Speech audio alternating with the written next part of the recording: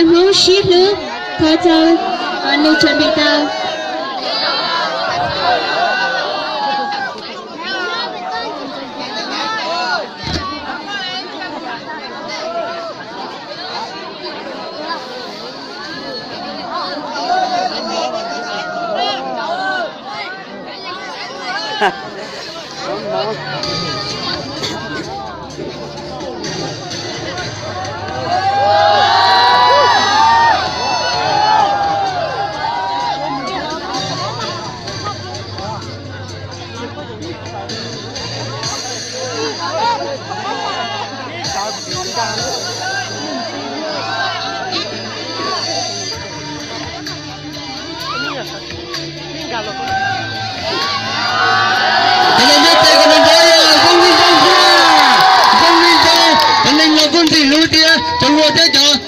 sẽ đợi tôi cho nó bút tay còn đó đấy ạ còn lần này cái còn là hai giả xí rồi gì thế hay à nó sẽ thay gì ạ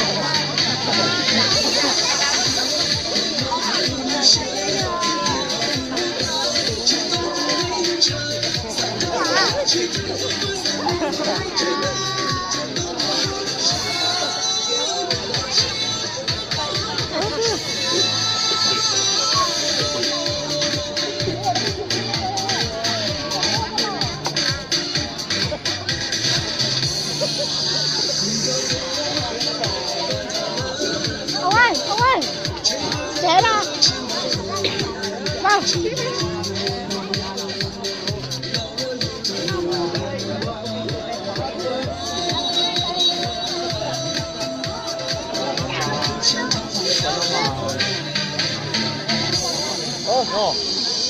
họ làm cả theo con cả lái nữa nhỉ? Cái đó, tôi làm cả lái nữa mà tao. Ô, giờ nó xe này. Mà, ô, con này đúng xe chỉ nhau ra rồi. Lái giỏ.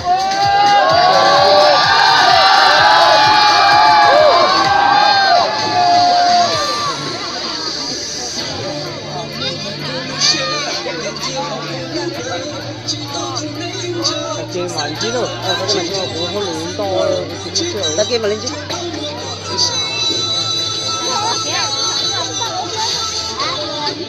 Rồi bây giờ, cái còn đỏ đi đánh tung đỏ rồi, bữa thơ thường.